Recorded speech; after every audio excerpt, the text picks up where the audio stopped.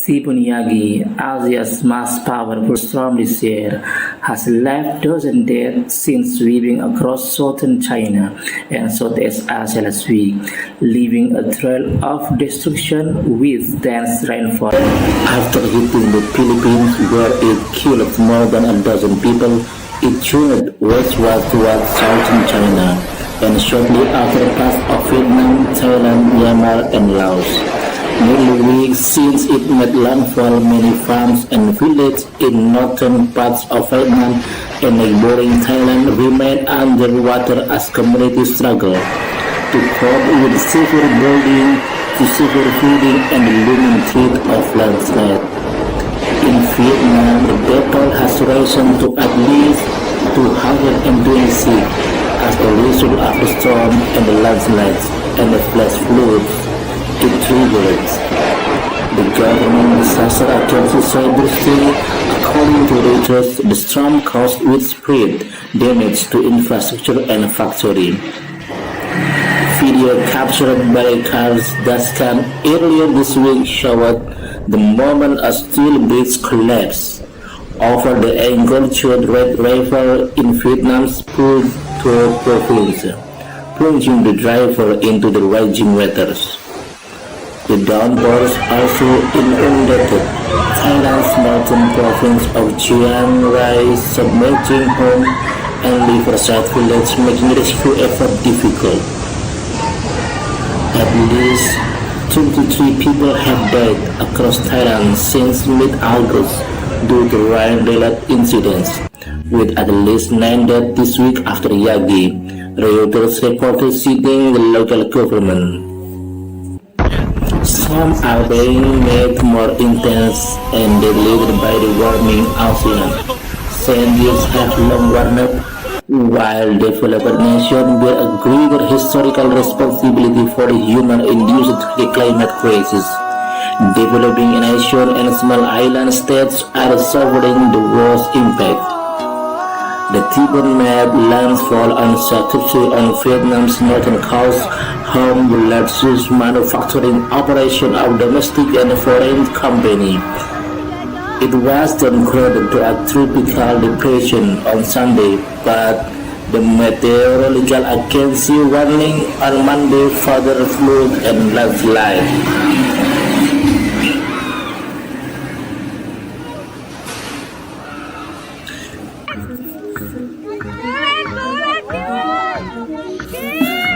Yagi cut power to millions of households and companies, flooded highway, disrupted telecommunication networks, downed a medium-sized bridge and thousands of trees, and brought economic activity in many industrial hubs to a halt.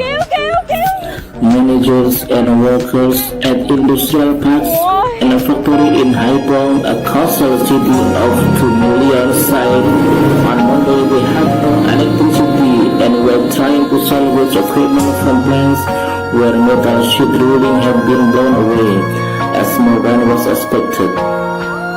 Everyone is scrambling to make sites safe and stop dry, said Bruno Jasper, head of DC Industrial Zone, which hosts plants from more than 150 investors in Haiphong and the neighboring province of Quang Ninh. The wall of factory of South Korea's LG Electronics in Haiphong collapsed. LG Electronics, a major maker of appliances and consumer electronics, said there had been damage at its production site, but no casualties among its employees. It said a warehouse with refrigerator and a washing machine had been flooded. Lot of damage. Hang Soon, the chairman of the South Korean Business Association in Vietnam, said when asked about the typhoon impact on Korea's factorial in coastal area. A manager of Lee's factory confirmed widespread damage to a roof and prolonged power cuts in northern province. A bridge in the province of Phu Tho collapsed on Monday. Authorities said this is normally a busy bridge, a key bridge in the province. senior official of the province transport department said, ending there were no reports yet of casualties. Authorities said their initial investigation suggested there were 8 vehicles on the plane when it collapsed. The weather against the warning of more floods and landslides, and said heavy rain and strong wind were expected late on Monday in the capital Hanoi, a city of 5 million people. State-run power provider EVN cited more than 5 million customers lost power during the weekend as dozens of power lines were broken, but electricity was restored on Monday to nearly 75% of those affected. Flood waters from the swollen Red River in the capital Hanoi were beginning to recede, but many neighborhoods remained inundated, and further north a spot where predicting it could still be days before any relief is in sight.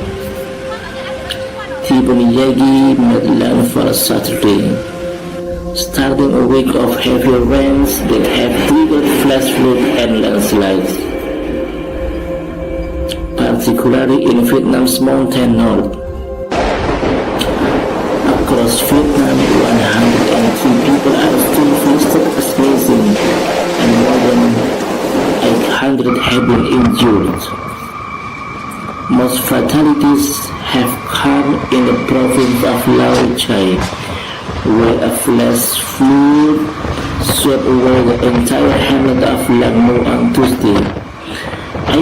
Eight villagers turned upset on Friday morning, telling others that they had left before the deluge. State-run VN Express newspaper reported that 48 others from Lang Mu had been found dead, and another 39 remain missing. Roads to Lang Mu have been badly damaged, making it impossible to bring in heavy equipment to aid in the rescue effort. Some 500 personnel with naval dogs are on hand, and in a visit to the scene of Tuesday, Prime Minister Pham Minh Chinh promised they will not relent in their search for the still missing. Their family are in agony, Chinh said. Coffins were stacked near the disaster site in preparation for the worst, and villagers turned Thailand mourned at a makeshift altar for the family members she had lost.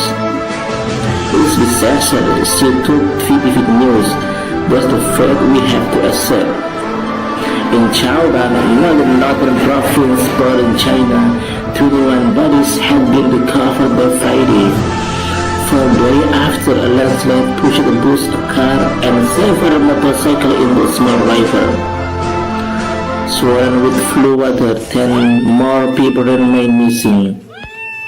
Experts say some, like Typhoon Yagi, are getting stronger due to climate change, as warm ocean water provides more energy to fuel them, leading to higher winds and heavier rainfall. The effect of the typhoon, the strongest to film indicates, will also being felt across the region, with flooding and landslide in northern Thailand, Laos, northeastern Myanmar.